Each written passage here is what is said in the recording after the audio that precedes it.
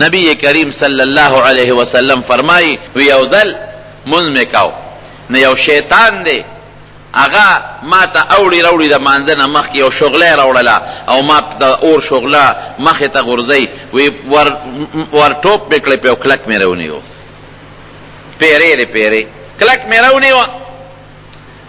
وی ما وی چې د جومات د ستن پورې تړم چې دا مدینې دا ماشومان ور باندې لوبې کوي خو زما د رور د سلیمان علیه السلام دعا مې را یاده شوه چې رب هب لی ملکا لا ينبغي لاحد من بعدي انك انت الوهاب خدای داسې بادشاہي راکړي چې د بل چا ني د هغه په پیریانو حکومتو نو کما دینې وه نو په دې پیري زمام یو حکومت راته د هغه دعا کې لږ نقصان راته نو فرددته خاسئا مې زر وکښه چخې شه په مخه دی نو داسې بادشاہي خدای ورکړې وه چې د هغې په شان بادشاہي د بل چا نه وه پیریان تابع دي قرآن شریف کې الله فرمایي زه نه ویم هوا تابع ده قرآن شریف کې الله فرمایي ولسلیمان الریح غدوها شهر ورواحها شهر د سحر نه تر غرمې پورې به د تخت د یو میاشت مزل کو او بیا د غرمې نه پس تر مازدیګره پورې د تخت به د یو میاشت مزل کو او تفسیر ابن کثیر لیکلی دی حافظ ابن کثیر تختم عجیبه شاهی تختو یو قالین به د پاسه پروتو او څومره کرسی به پې پرتې وې 6 لکه کرسی به پې پرتې وې ستا په جس کې 350-400 کرسی لګېدلې او چې دا غټ 2 منزله جدي نو زیات نه زیات 450-500 کرسی دي شي او بیا څومره بلا ده 6 لکه کرسی به لګېدلې وې په دې قالین د پاسه په دې تخت د پاسه او دا 6 لکه کرسی کې ډومبی به هغه خلک وو چې هغه په انسانانو کې نیکان خلک او بیا به وروسته ورپسې هغه خلک وو چې په پیریانو کې هغه نیکان او صالحان خلک لوی شاهي دربار دی او په هغې کې دا تخت لګېدلی دی او مرغۍ پې د پاسه ابن کثیر لیکلی دی د پاسه پې مرغۍ او دا وزر رقوي او د پاسه دی چې په دې باندې لکه د چترۍ سوري وي او هوا تابع ده رب العالمین قرآن شریف کی فرمائی زینویم هوا تابع ده نو هوا یخم تابع ده چې کله ضرورت راځي نو یخ هوا لګي او ګرمم تابع ده چې کله ضرورت راځي نو ګرمه هوا لګي دا تخت به اوچت شي مونږ خلک چې جهاز کې اوچت شي نو شیشه کې یو خوا ګورو سیل کوو هلکه څه منظر دی او شیشه کې بل خوا ګورو چې وګورو چې دا دریاب دی او که دا غرونه دي او د سلیمان علیه السلام یو خوا بل خوا کتل نو چې به کله تخت په هوا شو نو سر به یې ښکته کو د رب العالمین شکریه به ادا کول خدای ستا شکر دی الله دا دومره هوا دی راله تابع کړې ده او دا به روان شو قرآن شریف کې الله فرمایي رخاء حیث اصاب چې ما ولا باد تابع کړو خو داسې لکه دا اوسب دا هوا برپا وي کله طوفان راشي کله زل راشي او طوفان راشي نو جز غرق کی جز غلبیږي را غلبیږي بعضې وخت کې هغه کپتان د جز اعلان وکړي چې موسم خراب دی او خراب موسم کې جز تلیم نشي او قرآن شریف کې الله فرمایي رخاء دا باد داسې تابع و چې د باد کې لقړوق نو طوفان پکې نو هغه ګوله پکې نه و چې تابعېږي او نه د خراب موسم څه احتمال پکې رخاء چې کم خوابته او کم ځای ته بنیته نو باد د تابع و ښه اطمینان سره به هغه ځای ته رسو اوس دا خلک وایي که نه وی دا باد پخوا به خلک اوس خو هغه شی ختم شو اوس هم چې دا هوای جز بره خیږي نو دا هوا په زور باندې خیږي د هوا په زور دی روان دی بره هلکه دا خو بره یخني ده او کله ګرمي ده او دا تخت به څنګه په هوا ته دا د سلیمان علیه السلام معجزه ده دا به نه وی چې لکه اوس جس څنګه دي داسې به ته نه جس په اسبابو روان دی او معجزه کې اسباب نه د پیغمبر د ګوتو نه اوبه بیږي نو هغه څه نلکه خو دلته نه لګېدلې چې اوبه ترې روانې دي او نه شاته نه کوي شته د الله طاقت معجزه د پیغمبر دپاره د رب العالمین یو طاقت وي بس د الله د طاقت مقابله څوک نه شي کولی دا لوی تخت به په هوا تابع شوه حیوانات تابع دي ټول حیوانات ورسره خبرې کوي خبرې قرآن شریف کې الله وی زنه په لاره روان دی او په لښکر دی ورسره په ځمکه روان دی دې وخت کې لوی لښکر دی او د دنیا فوج دی یو میږی د سوړې نه بار راوتې ده د میږو مشره مور کې ده هغه د خپلو میږو ته اعلان کوي یا ایها النمل ادخلوا مساکنکم. دا قرآن شریف کې الله وایي لا یحتمنکم سلیمان و جنوده هم لا یشعرون. اے میږو شابه فورا خپلو سړو ته ننوځئ. سلیمان علیه السلام سره د خپلو لښکرو را روان دی، ګورې ریز مریض هم نه کي، د هغې د خپو لاندې کرالی دل بشه. دا آواز سلیمان علیه السلام واورېده. رښتیا ووایه موږ د میږي آواز اورو؟ نه، میږي خپل منځ کې لګیا دي خبرې کوي، موږ یې آواز نه اورو. دا آوازونه کوي خو موږ ته پته نه، موږ یې نه اورو. مرغۍ خبرې کوي موږ پرې نه پوهېږو او نه اورو، او که واورو په مطلب یې نه پوهېږو. میږي لګیا دي. ای میږو سړو ته ننوځئ. شابه فورا سلیمان علیه السلام سره د لښکرو را روان دی او د خپو لاندې هم دل نه کي. فتبسم ضاحکا من قولها. چې سلیمان علیه السلام دا خبره واورېده مسکې شو، ویې خندل. مسکې شو، قرآن وایي فتبسم ضاحکا، مسکې شو لږ هم خندل. اوهو میږی ته هم پته ده، دا حیوانات الله خبرې دي ته پته. قرآن شریف کې الله تعالی فرمایي چې وعلمنا منطق الطير، ما د مارغانو په خبرو هم پوه کړی و. څومره چې مارغان خبرې کوي په هغې پوه. څنګه چې انسانانو کې څوک په پنجابۍ کې لګیا دی، څوک په پښتو کې لګیا دی، او څوک په انګریزۍ کې لګیا دی، څوک په اردو کې لګیا دی. دارنګې د حیواناتو کې خپل منځ کې په خبرو کې اختلافات شته، لیکن په هغه ټولو سلیمان علیه السلام خدای پاک پوه کړی و. کوم ځای کې چې اوبه نشته، اوبه نو ځان سره به یې دغه ګرځو، هدهد ملا جرګک به ځان سره ګرځو. ملا جرګک له الله دا یو پوهه ورکړې ده چې هغه یو ځای کې پته ورته لګي چې اوبه دلته څومره لاندې دي، 10 ګزه لاندې دي او که 20 ګزه لاندې دي. اوبه دې بیا خوږې دي او که دې ترخې دي. نو ملا جرګک به ځان سره ګرځو دې دپاره چې ما ته د اوبه ولول. یو ځای ته لاړ، هلته ملا جرګک وګورې نشته، نو غصه شو، د مانځه وخت دی اوس، او دلته چې مونږ ته څه پته لګي چې اوبه څومره لاندې دي، څومره ځای کوي که نه چې اوبه ځان له راوباسو. ځکه پیریان او دیوان په قبضه کې دي، ملا جرګک نشته. قسم یې وخوړه قرآن شریف کې الله وایي وی که دا ملا جرګک ماله په ګوتو راغی نو زه به یې وجنم، پرېږدم یې نه، وجنم ذبحه کوم، بیا به سخته سزا وله ورکوم. دې کې ملا جرګک راغی. چېرته تللی وې؟ اوس ګوره داسې ته ویلی چې ملا جرګک ته چې چېرته تللی وې، خپل طوطي ته ویلی چې چېرته تللی وې، خارو ته وی چې د سپي ته ویلې چې ته تللی وې. باقاعده خبرې ورسره کوي، په خبرو یې پوهېږي. هغه ډېر هوښیار و. دا نوې ناشنا سیل او سیاحت دار چا خوښي. ملا جرګک هوښیار و. هغه وی صاحب دلته را سره نور ملګري یو ځای شو، په دې ونه ناست وم. هغې وی چې دلته یو ډېر زبردست ښار دی، چکر نه لګې. ما وی راشه سیل به وکړم، خپل آقا ته به هله ویم چې دا ښار څوک دی او کوم ځای دی. لړم صاحب دا د یو کلي دی، سبا ورته وایي، د هغې یو بادشاه ده او هغه د بوتانو عبادت کوي. ګوره څومره لوی طاقت خدای سلیمان علیه السلام له ورکړی. دا خو منې که نه، په هوا کې روان دی، پیریان تابع دي، لیکن د غیب علم سره ګورې بیا هم نشته. د ملا جرګک نه معلومات کوي چې اوبه څومره لاندې دي څومره نه دي، قرآن وایي. او ملا جرګک نه معلومات کوي، ملا جرګک ورته وایي چې هلته کې بله بادشاه ده او هغوی د بوتانو عبادت کوي. ها بوتانو عبادت کوي. ودرېږه ښه یو خط تله در کوم، د یو سا دا خط ور وغورځوه، پته دې لګو چې ته رښتونې او که دروغجنې. نو خط یې وله مخوکه کې کېښود، هغه لاړ والوته او خط یې هغه ملکې بلقیس ته په غېږ کې ور وغورځو. واپس راغی، ام وله په غېږ کې ور وغورځو. هغې کې ورته سلیمان علیه السلام لیکل وي انه سلیمان انه بسم الله الرحمن الرحیم الله تعالوا علی واتونی مسلمین، چې ما ته زما تابع کېږې به دا کفر و شرک به پرېږدې، ایمان به راوړی. خبره مې دې پورې کوله، د هغه پوره قصه درته نه کوم، خو چې زما کوم ځای کې مقصد دی هغې له راځم چې حیوانات تابع دي، خبرې ورسره کوي. میږو په خبرو باندې پوهېږي، خبرې ورسره کوي، باقاعده خبرې اوري او پوهېږي. او پیریان یې تابع دي، داسې حکومت یې. نن سبا یو پیری څوک نشي تابع کولی، پیریان یې تابع دي. او پیریان یې څنګه تابع دي؟ داسې تابع دي قرآن شریف کې الله فرمایي په دریاب کې غوټې وای او ملغلرې او یاقوت او مرجان او دا لالونه ولا روباسي، داسې تابع دي. واصلنا له عین القطر، قرآن شریف کې الله فرمایي وی تانبو پیتل مې متاسان کړو. قیمتي شی په هغه زمانه کې تانبو پیتلو، اوس هم قیمتي شی دی. آبادی کې به تانبه او د پیتلو استعمال کو، په دروازو کې او په پیلرو کې او په نقش و نگار کې به داغه استعمال کو. الله وی داسې موت آسان کړو چې د پیتلو غټ کان باو او چې ګوتې به ورولې داسې به او به د لکه د وبو پشان دي.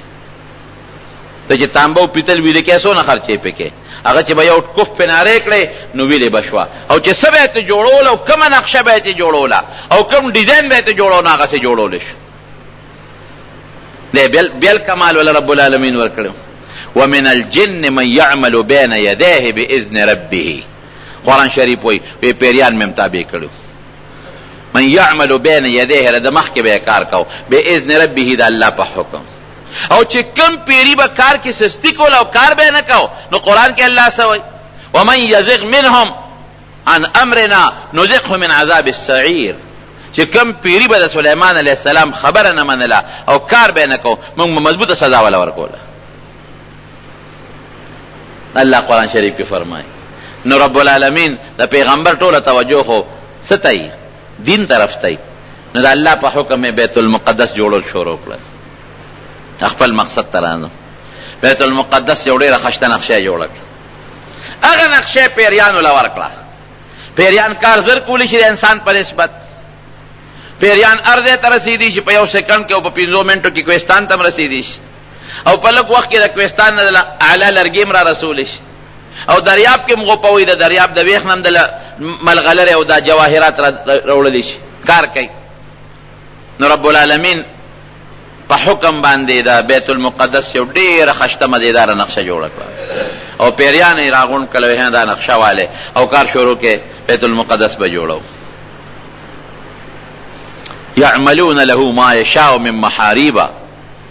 وتماثيل وجفان كالجواب وقدور الراسيات اعملوا آل داود شكرا وقليل من عبادي الشكور. قرآن شریف کې الله فرمایي غټ غټ بلډینګونه به سليمان عليه السلام لري پیریانو جوړول او پخلی به ولا کول. نو څنګه پخلی به ولا کول؟ دیګونه به ولا پخول. خدا نه د موږ د دیګ پشان دیګا. قرآن شریف کوئی قدور الراسیات هغه دیګ کیسو کې د زین لقول نشي. غټ غټ دیګونه څوک د زین نشي لقوله هغه دیګونه به ولا پخول. او جناب د دنیا دعوت به خلق براتله او لنګر بچلې دا او شاهي دربار به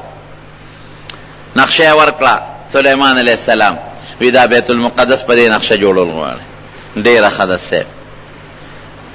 او د رب العالمین حکم وکړي ته یو کوټه ته نه نوځه دی له نقشه ورکړي خپل کار کوي او ته یو کوټه ته نه نوځه او زما د عبادت د اعتکاف نیت وکړه. هیڅ څوک بتاله ناراضي ستا د رزق د روډه تنظیم به زمای لکه او سړی جونګړې ته نه نوځي چلو بس سلوي خروزي ابو زرګان نیکان صالحان یا جمعه ته نه نوځي ځان نه صادر تو کی او سلوي خروزي څوک 2 میاشتې څوک 3 میاشتې اعتکاف کوي او چلو باسي خدای خو بچي او مرګري ډوډۍ راوړي کنه. هغه پیغمبر دی د الله حکم دی نه یو شیش محل ځان نه جوړ کوم زیدا هغه کې خپ قلار کې نه خپل عبادت کوا او دی پیریانو ته څه نظر کوا چې دی کار کوي او کار نه کوي نور دما کار دی هیڅ څوک به ناراضي لګیاو خپل عبادت کوا ډوډۍ تنظیم بدل زکو. د خپل وزیرانو نه اجازه واغشته چې تاسو خپل محکمه هر یو وزیر چلاوي بس د ماخيري وزیر او په دې اخیری ورځو کې د الله په حکم زه د شیش محل ته د شیشو دی محل ته نه وته ما سره دې چا بس کار نه زه به خپل پروردگار عبادت کوم او د داسې ځای کې محل جوړ کړو چې د ماته بیت المقدس جمعات بخکاری او د جمعات کار مې د پیریانو ته حواله کړي پیش او جوړولې پیش. هر وزیر خپل کار حواله دی. ته زراعت کوا ته د خلکو مینس کې قضا کوا انصاف قائمه وا ته خپل جهادونه کوا د فلان کې وزیر د فلان کې او دا فلان کې د فلان کې او فلان کې د فلان کې ارچا خپل کار حواله شو او باس نور د سلطنت کار تاسو ته منتقل کا. دغه شیش محل کې به خپل عبادت کوم د الله نستاسو ډوډۍ غواړم نه جامه غواړم نو به زما الله به زما تنظیم کوي او پیریانو باندې به زما نظری تکړه شي تاسو کار کوي دا نقشه او د مطابق به تاسو کار کوي. بهترین طریقې سره بیت المقدس به جوړي لګیا دی ورته ګوري او دقه سره کونټه راغشته ده دا کونټه او د دقه د خپل ځنه تنیولې ده او د الله تعالی عبادت کوي. رهبانیت زمون په امت کې منع ده. مون خلق به عبادت هم کو او خپل بیبي سره تعلقات بم ساتو او خپل بچو له رزق هم ګټو او خپل غم خادي بم کو او د جمع منزله بم راځو. زمونږ په شریعت کې دا رهبانیت منه دی، هغې دپاره دا جایز و په هغه زمانه کې چې که ته یو کال له شپږو میاشتو لم ځان له شوې او هېچا سره تعلقات نه، نو تاله جایز دی. لګیا دی هغه خپل عبادت رهبانیت کې اکونټۍ راغشتې ده، دقه ځنې ته یې نیولې ده او د پیریانو ته دقسې نیغ نیغ ګوري او د خدای ذکر وسکار کوي او پیریان لګیا یې دلادل کار کوي. څوک لګیا دي خښتې راوړي، دغه راوړي، تیږې راوړي، څوک ټیلونه راوباسي هغې باندې کار کوي او څوک تانبه او پیتل راوړي او په هغې کې لګیا دي کار کوي. یو ورځ نه، دوه ورځې نه، په کلونو لګیا دی او خدمت کوي. او هغه نقشه چې سلیمان علیه السلام ورکړی د هغه انجینرانو په مخ کې لګیا دی، خپل کار روان دی او داسې ده ته ګوري چې سلیمان علیه السلام مونږ ته خیال دی که نه دی. بل وایي او لکه هغه دی مونږ ته نیغ نیغ ګوري، ښه ور ډبل کار کوه. چې کم پیری با خوا دې خوا کول، نورو پیریانو ته به یې اوچتې کوي او په دې دریاب کې ورله غوټۍ ورکوي. ومن یزغ منهم عن امرنا نذقه من عذاب السعیر، قرآن شریف کې الله تعالی فرمایي. هغې کې ځان له لکه څنګه چې دا ډوټو کې خلک وي په یو مشر دی، د هغه مشرانو د پاسه نور مشران دي، د هغې مشرانو د پاسه نور مشران دي، ډبل کار کوي. هغه افسران به تلل د پیریانو داسې به کتل، هلکه ګورې تکړه کار کوي، ښه سلیمان هم نیغ دې خوا مونږ ته ګوري. هغه سره الله څه چل کړی و، د هغه نه خدای سیستی و، دې دې ته یې ډډه والې ده او روح ته رب العالمین لر کړی. ساتې وتې ده، خو د پیغمبر وجود دا خوره نه خوري، دا قانون دی. نبی کریم صلی الله علیه وسلم او فرمایل چې تاسو راځئ په ما سلام اچوئ، ستاسو سلام به زه اورم. صحابه ورته وی د الله رسوله ستا وجود خو به خوري شوي، نو ته به څنګه زمونږ سلام اورې؟ وی ان الله حرم علی الارض ان تاکل اجساد الانبیاء، وی الله په ځمکه دا حرامه کړې ده چې د پیغمبر وجود دی وخوري. ځمکه به د پیغمبر وجود نه خوري، بلکې یو روایت کې داسې دي چې الانبیاء احیاء یرزقون فی قبورهم، پیغمبران په خپلو قبرونو کې جمدي دي، رب العالمین رزق او روزي ورکوي. نبی کریم صلی الله علیه وسلم چې معراج ته تکله نو وی فرمایل وی تلم وی موسی علیه السلام می ولید، حضرت موسی علیه السلام وی یصلی فی قبره، په خپل قبر کې لګیا دی او خپل منځ کوي، خپل قبر کې لګیا دی او منځ کوي. موسی علیه السلام می ولید. نو د پیغمبر وجود نه خوري کېږي او نه د پیغمبر وجود ته خور او څه نقصان رسیږي. رب العالمین ټیم پوره که د مرګ ټیم پوره شو، ساعت یې لاړه والوته، سا لاړه او سلیمان علیه السلام دقسې لګیا دی، دې ځنې ته یې لرګې خپله کونټۍ لمه کړې ده او ساعت یې لاړه. اوس رونو تعمیر نیمګړی پاتې دی او سلیمان علیه السلام وفات شو. دا د مقصد خبره دا ده، رب العالمین ولې یو خاصه نیټه مقرر کړې وه. که دا سلیمان علیه السلام له سا نه وی وتی او دې جمدی و بیت المقدس خو لا تیار نه دی، عقل سوی عقل خدا وی چې دې جمدی وي او دې بارم راوتی او دې چکرم لګولې، چې یو سړی د لرې دی نه په دوربین کې ګوري یو شي ته، یا یو سړی په شیشه کې یا په کیمره کې یو شي ته ګوري، او یو سړی راشي او مخامخ په چکر لګي، دواړو کې فرق شته که نشته؟ عقل سوی عقل وی چې الله دومره صبر خو به دې ورته کړی وي چې دا بیت المقدس خو جوړ شوی وي، الله دومره صبر به دې ورته کړی وي چې د بیت المقدس خو جوړیږي د عبادت دپاره، چې یو مونځ به د جمع پکې کړی وي. یو سړی چې کور جوړی مقصد یې پکې سي چې زه په دې کور کې اوسمه، یو سړی جومات جوړی او شروع پې وکړي او په دا منځ کې پکې مړ شو، خلک څه وایي؟ اوهو دی غریب خو ډېر په مینه جومات روان کړی، یاره چې دونه عمر خو یې وی چې د یو مونځ خو یې پکې کړی وی. اوس عقل ستا یو څه وایي، فیصله د الله بله ده، دقه ځای کې زما غرض دی. اوس عقل وایي چې لږ دونه جون دی وی چې سلیمان علیه السلام دا جومات په خپلو سترګو د جوړېدو نه پس لیدلی وی. عقل وایي چې په ډېر محبت او مینه جومات روان کړی دی او دا ته مکمل شوی وی او د هغې معاینه کړې وه، سخوان به یې کړی وی. عقل وایي چې دا جومات یې جوړو د عبادت دپاره چې د یو مونځ خو د جمع پکې کړی وی، یو ورځ اعتکاف خو پکې کړی وی. دا زما عقل وایي. د الله فیصله څه وایي؟ الله فیصله دا وایي چې الا ان نفسا لن تموت حتی تستکمل رزقها، چې کم روزي مې وله مقرر کړې ده او هغه روزي اخوري او هغه پوره شي، نو جومات که نیمګړي مې وجنم به سابه وباسم. واده کې نه دي کړی کوېدنې کړې ده او سبی ډولۍ ده، نو سابه تې وباسم چې نیټه پوره شوه. الله دا وایي زما عقل څه وایي یاره یو ورځ خو به یې ورته کتلي چې د واده دا خوشحالي خو یې لیدلې نه نه پالنګ باندې به دې څه وباسم زما قانون الله وایي دا دی د الله قانون څه وایي بچو له روان دی لاس کې میوه نیولې ده چې دا بچو له وړم زما عقل خدا وایي چې ډېره خواري کړې ده او ډېر په مینه کې روان دی چې کور ته ورسي او دا امونه خو یې د بچو سره یو ځای خوړلې وي زما عقل دا وایي د الله فیصله څه وایي نه امونه به دې په لار کې د ګوتۍ نه غورځېږي او په لار کې به مري داسې ده که نه ده زما عقل او ستا عقل او د خدای فیصله دلته کې یو بل سره ټکراو ده عقل یو څه وایي الله بل څه وایي عقل ناقص دی د الله پویه کامله ده عقل خدا وایي چې د نبی علیه السلام 63 کاله عمر دی په 63 کاله کې د حضور پاک نه څونه خیر امت ته ورسېد وایه که نه عقل خدا وایي چې 63 کاله نه او 63,000 کاله عمر وي نو خیر به نور څونه رسېدلی عقل وایي زه ویم افسوس زما به څو عمري زما خو زیات نه زیات چې ډېر عمر م شي نو 80 دي شي او یا دي شي اتیا دي چې 100 دي شي زه وایم چې زما دا عمر د نبي علیه السلام مبارک وي نو امت ته به خیر ډېر رسېدلی داسې به ته م وایې داسې به بله م وایي داسې به بله م وایي داسې ده که نه ده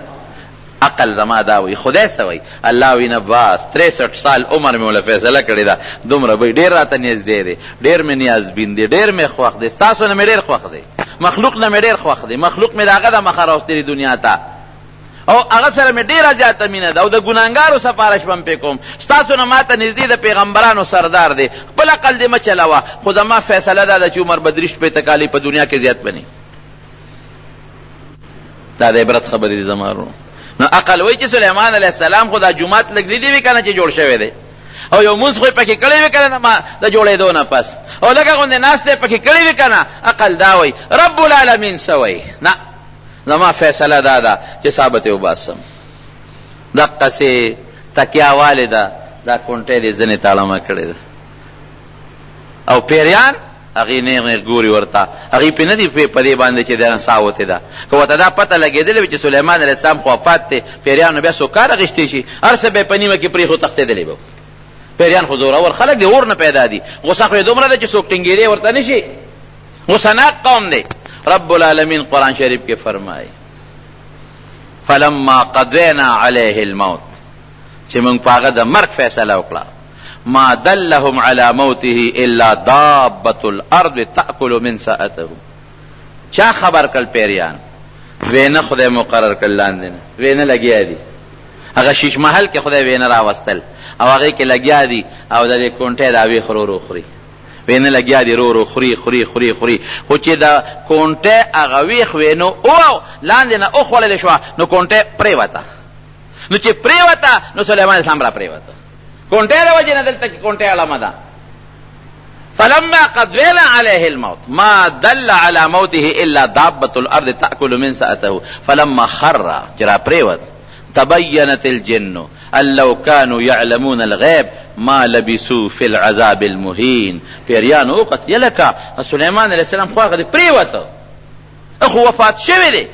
الکه کونټه چې وکتله او دا خو شپږ میاشتې مخکې وفات شوی دی بلکې حافظ ابن کثیر وی یو کال مخکې وفاتو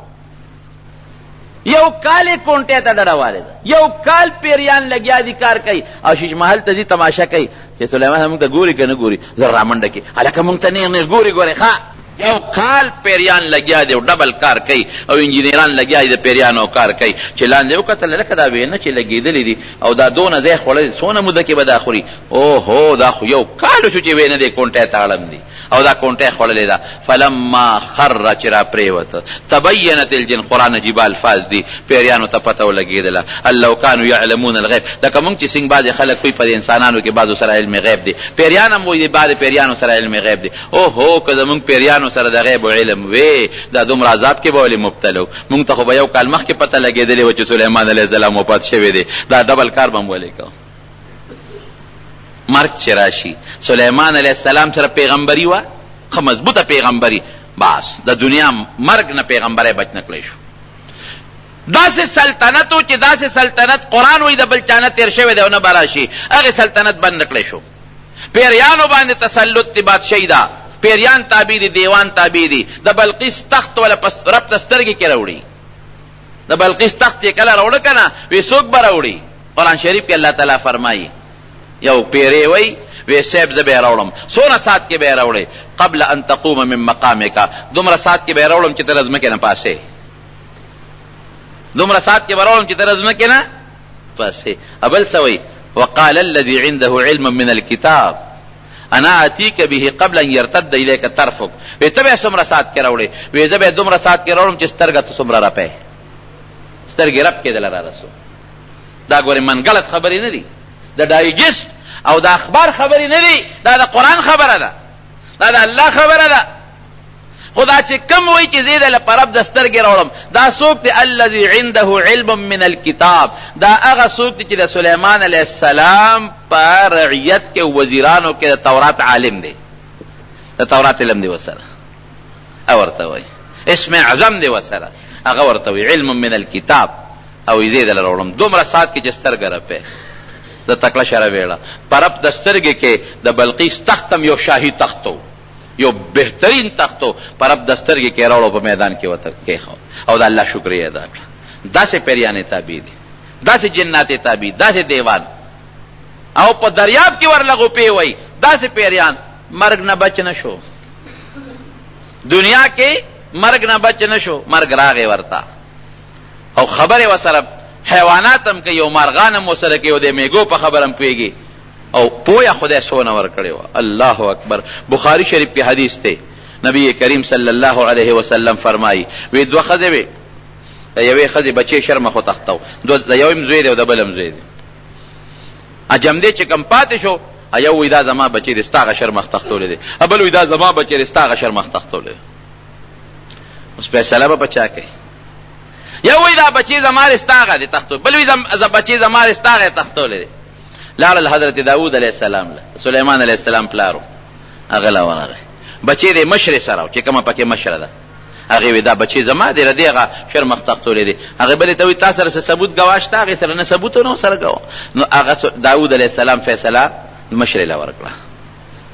چې بار وته سلیمان علیہ السلام وته څه چل دی؟ وی دقه چل شوی دی. وی بابا می څه فیصله وکړه؟ وی د مشر له بچی ورکړه. وی ښا وی په ما فیصله کوي چې دلاوکم اکشر وی او صاحب دا فیصله را ده خدای لپاره وکړه، زماله په مطمئن نه دي. ټیک ده، پیغمبر فیصله ده زه منم، انکار نکم. تیرا لوکا وی دې ده لوکم یو بس حکم یې کور شه چاړه راوړې پدامیان به نیم کو، نیم به د مشری شو نیم به د کشری شي. ته خدا سے فیصله کوم بچی به پدامیان دل اوس نیم کم، نیم د مشری شو نیم د کشری شو. بچی ته واغش چړې پسې لکراغې، مشره مطمئنه د غږ نه کوي، کشری چغې جوړ کړي. وی خدای لپاره میلاله و د دې مشر شو خو میلاله و، د دې مشر شو د دې شو خو میلاله و. سلیمان علیہ السلام بچی را واغه کشر وی استاد زوړه چا وته ویغه څنګه وی بل پټیم پړه کې پر اقرانه غو دې چې فریاد جوړ ک معلومیږي دا چې بچی د دې دی شور دې جوړ ک زړه درزار د دې بچی جوړ کړ چې خیر دې کداغي شي خو بچی خو د ما مخ کې د شلیدونه بچی کنه نیم کې دونه بچی دې ته پوي وي. فهمناها سلیمان، قرآن شریف کې الله وی دا پوهه موږ سلیمان علیہ السلام لور کړی دا پوهه څومره ده، پوهیم بچنک هغه د هوا تابعوالیم بچنک. او چې بیت المقدس نیمګړی دی خو چې ټیم پورا شو سالاړه ډېر لوی عبرت دی زموږ ستاسو د پاره پدې کې. ډېر خلک وایي یاره جد اخو اله ځواني واه ځوانۍ کې مړ شو. ډېر خلک وایي یاره جی لاس کې فروټ راغشتي و بچو له وړل چې دا خو یې کور ته رسولی وې. ډېر خلک وایي یاره چې پلانکي هسپتال ته تللی وې پلانکي ډاکټر لا یاره بچ شوی به وي. ډېر خلک وایي یاره چې دې سړک نه لوې تللی و دې ته چا وي چې په سړکونو ګرځه دې په کور کې وې دې بچ شوی به وي. ډېر خلک وایي هلکه دا تماچه پې خلاصه شوه او ولګېد یاره دته چا وې تماچو سره لوبې. ټیک ته خپل اسباب به ساتې خو خدای سره کم وخت مقرر کړی دی، کم سبب، کم ټیم، کم ورځ، کم ازمکه، قسم په الله که د هغې نه بدلېدل شته دی. خبره خلاصه ده، دې کې هېڅ فرق نشته. مرګ داسې یو حقیقت دی خلاصېدی ته نشي. حضرت موسی علیہ السلام څومره جلیل القدر پیغمبر دی، داسې پیغمبر دی موسی علیہ السلام چې په پیغمبرانو کې لږ جلالي مزاج هم لري، غصناک دی. ملک الموت ولا راغی چې ملک الموت ولا راغی دا انسان په شکل وسو کې وي زه مرګ فرشته یم.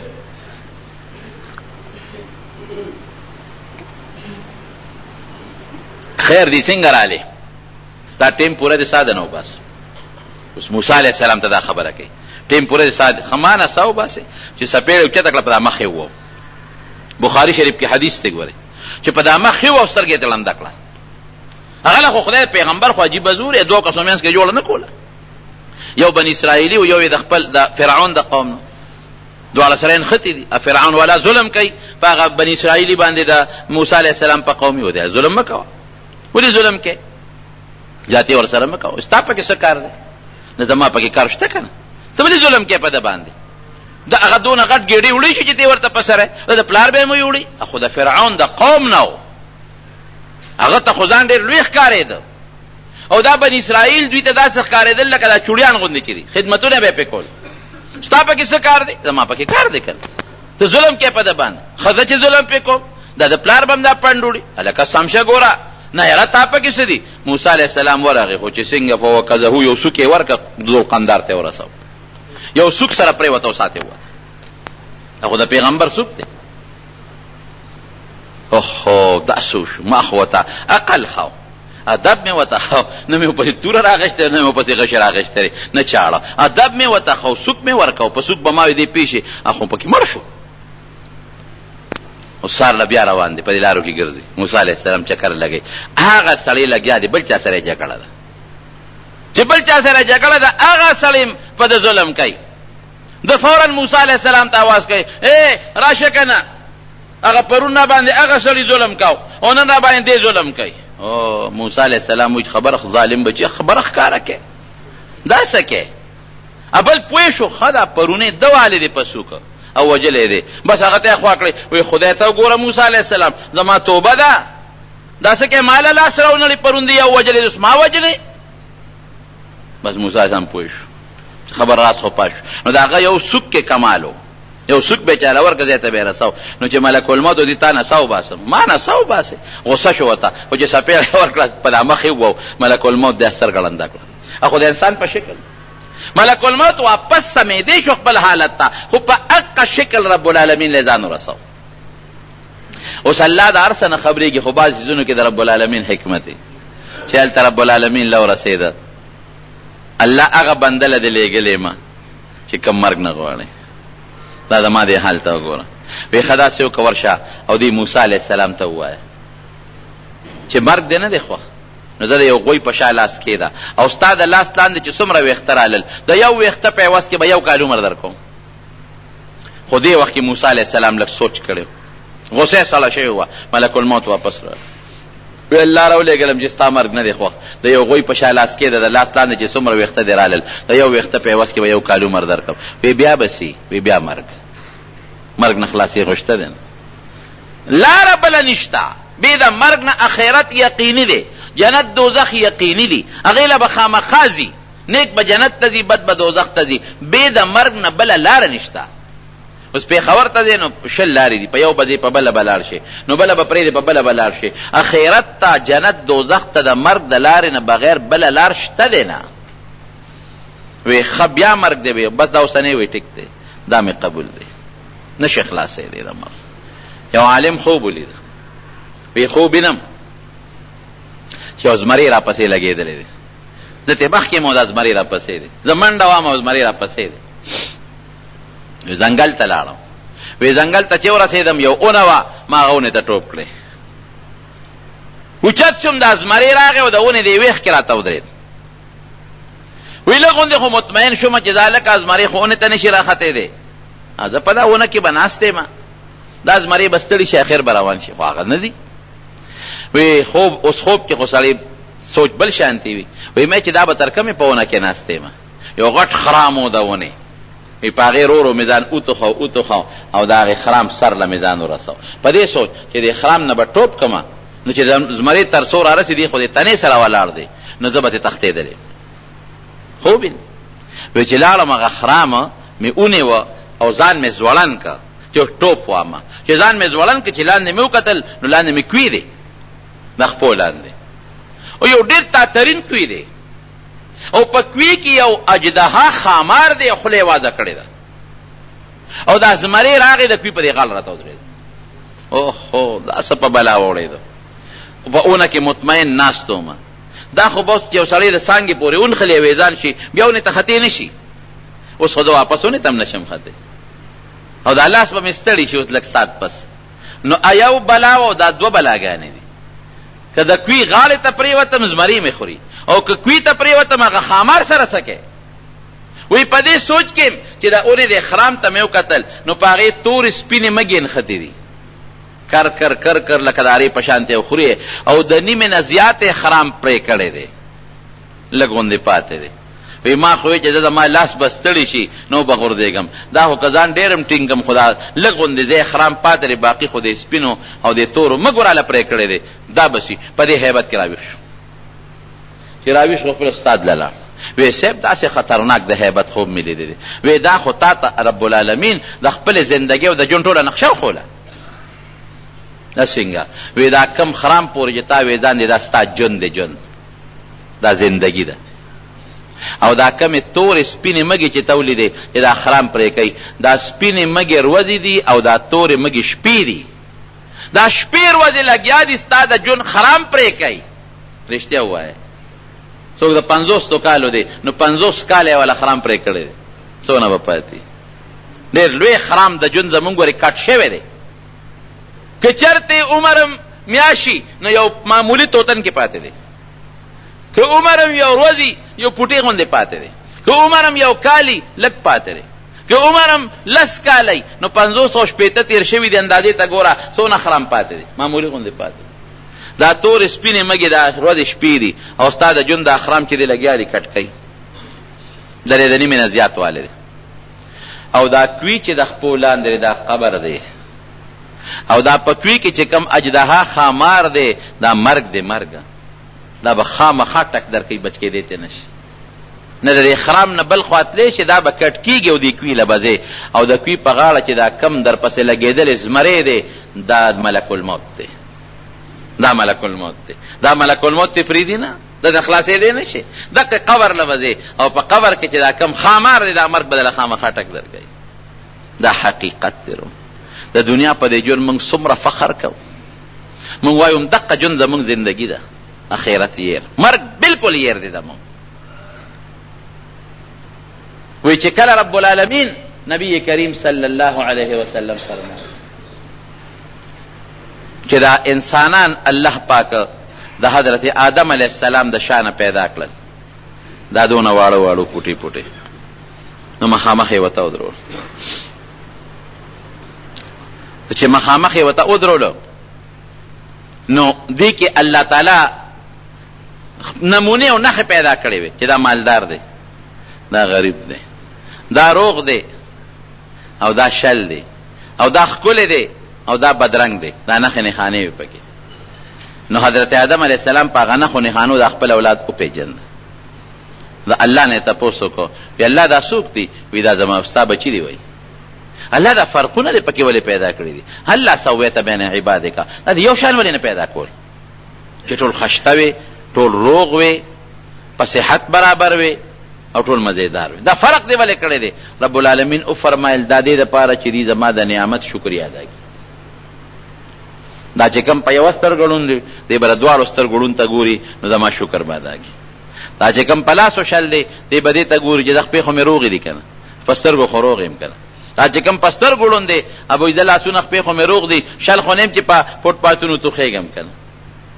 کم بدرنګ دی دی بوی د یاره که بدرنګ یم او د امریکې او د برطانیې والا په شان سور سپین نیم خو شکر دی هغوی سره ایمان نشته ماله خو خدای ایمان را کړی دی که هر چا کې خدای پاک داسې یو خاص نعمت ایښودی دی چې دی د ځان نه لاندې ته وګوري به د خدای شکریا ادا کړي او که ځان نه لاندې ته نه ګوري بره ته ګوري د خدای شکر نشي ادا کول نو وی په دې کې بعضې بچیو د آدم علیه السلام چې د هغې د تندو نه ډېرې تیزې رڼاګانې تلې نو د الله نه تپوس وکړه الله وی دا پکې څوک دی وی دا ستا په اولاد کې پیغمبران دي وی د یو کس د تندي نه ډېره غټه رڼا تله نو آدم علیه السلام او فرمایل چې الله عرض وکړو چې دا پکې څوک دی چې د تندي نه ډېره تیزه رڼا دي وی هذا ابنک داود دا ستا یو نوسیر داود بی نوم علیه السلام د سجدې ډېرې کړي دي او الله ته جړاګانې زیاتې کړي الله عمر دی ولا څونه مقرر کړی دی 80 کال نو آدم علیه السلام ته الله دا ښودلی و چې ستا به 1000 کاله عمر چې د دې ته وکتل چې زما 1000 کاله دي او د خو 80 کاله دي 1080 دا خو ډېر کم دي وی الله د عمر ولګ زیات کړ وی نه ما ارچا خپل مقرر عمر لیکلی دی هغه کې نه یو سکند مخکېواله کې دي چې نه رستواله کې دي وی خال الله کده ول د خپل عمر نه لګوندې ورکم وی انت وذاکا دا ستوره د خبره خو ګورستا به کمیږي عمرونه ماته لکه یو سړی 1000 روپۍ چاله ورکړي چې دا په 10 تقسیم کا